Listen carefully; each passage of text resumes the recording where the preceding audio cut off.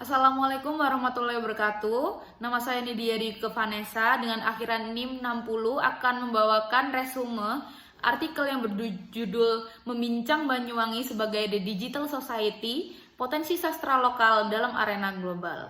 Seperti yang kita ketahui, Banyuwangi terkenal dengan sebutan kota santet dan ilmu hitamnya.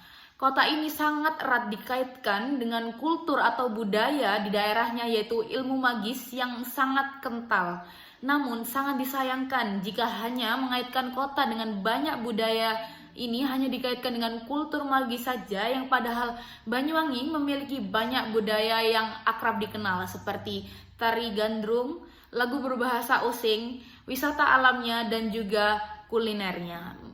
Mengidentifikasikan Banyuwangi sebagai kota dengan ilmu hitam mengartikan bahwa kita menutup mata dengan adanya perkembangan yang terjadi di Banyuwangi. Karena nyatanya Banyuwangi bukanlah kota yang menutup diri dari perkembangan zaman yang ada. Dan itu mengartikan bahwa budaya yang ada di Banyuwangi akan bergerak aktif maju ke depan mengikuti perkembangan zaman yang ada. Budaya bukanlah suatu hal yang stagnan atau tidak bisa diperbarui seperti artefak yang ada di museum, namun berbicara tentangnya adalah bagaimana upaya dan strategi kita untuk survive dari perkembangan zaman yang ada. Dan berbicara tentang identitas dari masyarakat Osing sendiri adalah berbicara tentang identitas masyarakat yang akan terus-menerus diperbaiki lewat proses historis dari masa lampau hingga masa kini.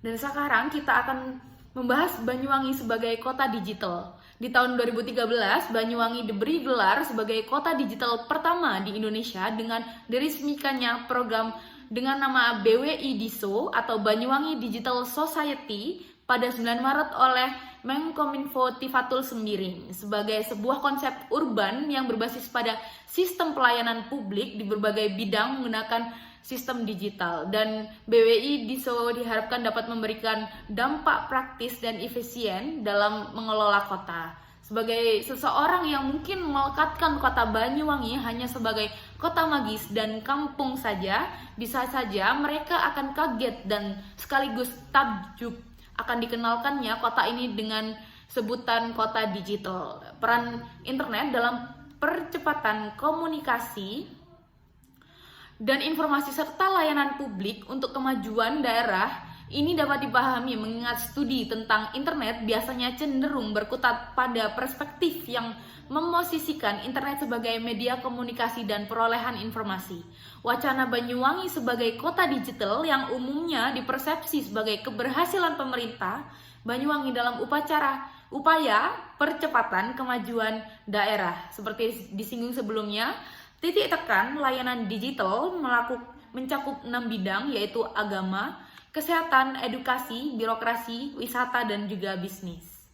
Karena berbicara dalam konteks kajian budaya yang beranjak melampaui pemikiran esensialis, angka-angka bombastis, dan percepatan layanan publik melalui digitalisasi tersebut tidak dijadikan rujukan tunggal. Lebih jauh, ada persoalan yang lebih penting ketika digitalisasi dipersepsi sebagai produk teknologi yang berimplikasi kompleks terhadap persoalan keseharian seperti yang disebut oleh Silver. Maka pertanyaannya adalah, apakah Banyuwangi dengan program Digital Society yang benar-benar mampu berkonsentrasi secara kultural secara menyeluruh di seluruh bidang, jika teknologi digital sebagai bagian dari era global menawarkan kemudahan dan percepatan akses di segala bidang. Saya tidak mengatakan bahwa perhatian pemerintah pada ke-6 titik tekan tersebut adalah sebuah kesalahan yang mutlak. Digitalisasi di bidang wisata, bisnis, birokrasi, agama, dan pendidikan bukan juga sebuah dosa. Pemerintah juga tidak dapat dikatakan sama sekali abai terhadap perkembangan sastra Banyuwangi, namun bagaimanapun juga fasilitas akan akses digital terhadap kesastraan Banyuwangi luput dari perhatian dan konteks program BWI DISO. Yang akan kita bicarakan selanjutnya adalah geliat sastra Banyuwangi dan lokalitas. Jejak perkembangan sastra Banyuwangi bisa ditelusuri sejak era 1960-an. Kontribusi sastrawan lekra seperti Andang C.Y. terhadap perkembangan sastra Banyuwangi terlihat dalam karya-karyanya yang dikirim ke majalah lokal maupun nasional. Tahun 70-an terdapat perkembangan yang menarik karena RKPD Banyuwangi menjadi situs yang menyuburkan dunia sastra baik yang berbahasa Indonesia maupun Using. Di awal tahun 80-an, Banyuwangi mulai muncul penyair-penyair yang mempublikasikan karya melalui program radio maupun di media massa, baik lokal maupun nasional, seperti Bali Post dan Horizon. Geliat sastra di Banyuwangi di periode 1990-an makin ramai bermunculannya penyair muda berbakat. RKPD dan Mandala masih menyiarkan program sastranya masing-masing. Berbicara tentang wacana lokal, secara garis besar, tema lokalitas yang dihadirkan dalam karya sastra global meliputi 1. Persoalan kehidupan religi dan budaya lokal, 2. Eksotisme budaya maupun bentang alam yang menawarkan ekstase di tengah-tengah modernitas serta isu-isu ekologis, 3. Persoalan politik, pasca kemerdekaan dan kritik terhadap tanah air, 4. Persoalan gender dalam masyarakat lokal dan pengaruh diskursif pemikiran gender dari barat dan yang lain. Uraian atas menunjukkan bahwa potensi kesastraan Banyuwangi dengan nilai lokalnya merupakan modal kultural yang tak dapat dipandang sebelah mata dan sangat layak dipertimbangkan dalam konteks kebijakan pemerintah daerah terkait program BWI DISO.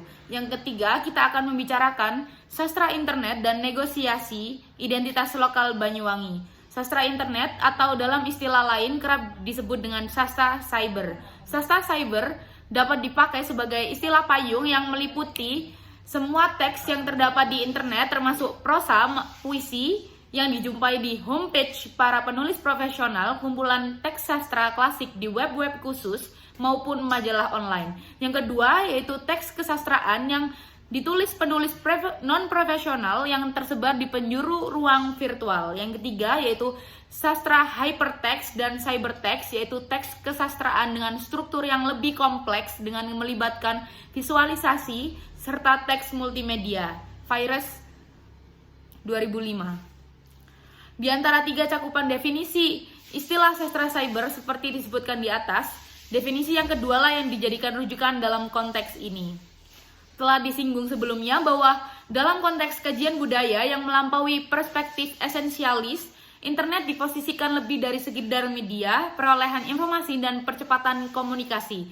Pada konteks digitalisasi masyarakat Banyuwangi, jika media digital ini dipandang sebagai arena global, tempat berlangsungnya kontestasi kultural, maka proses negosiasi identitas lokal tanah Using akan berlangsung tak terkecuali melalui sastra. Identitas masyarakat Banyuwangi sebagai digital society pun merupakan bagian dari proses becoming and positioning. Artinya, Banyuwangi telah tengah dan masih akan terus berproses dalam segala kompleksitas identitas kulturalnya. Kesastraan Banyuwangi yang tidak bisa dipandang sebelah mata, banyak dijumpai penulis muda dari Banyuwangi yang turut aktif dalam produksi teks kultural melalui karya-karya mereka. Namun saja belum mempunyai ciri lokalitasnya. Disinilah perlunya peran aktif dari berbagai pihak, terutama pemerintah daerah Banyuwangi untuk bergerak dalam tataran implementatif. Tantangan kedepannya jika media online diposisikan hanya untuk mempercepat informasi dan komunikasi.